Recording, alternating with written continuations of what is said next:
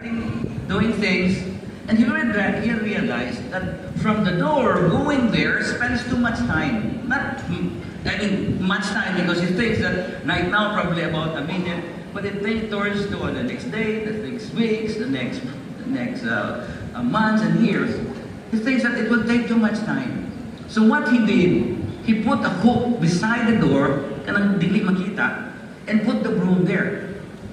In that case, all the people who are cleaning, isunod sa iya, and he cuts the time in so many minutes and hours. And the next time, this is continuous. And the next time, the technicians, the mechanics follow. They arrange their tools, and it is very easy for them to find because it's easily makita.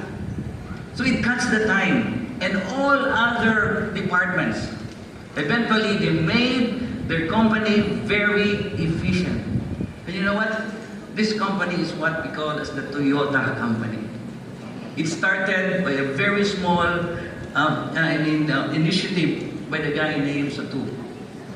So continuous improvement. Now, before, they made something like 100 cars per week. Now, thousands and thousands of cars.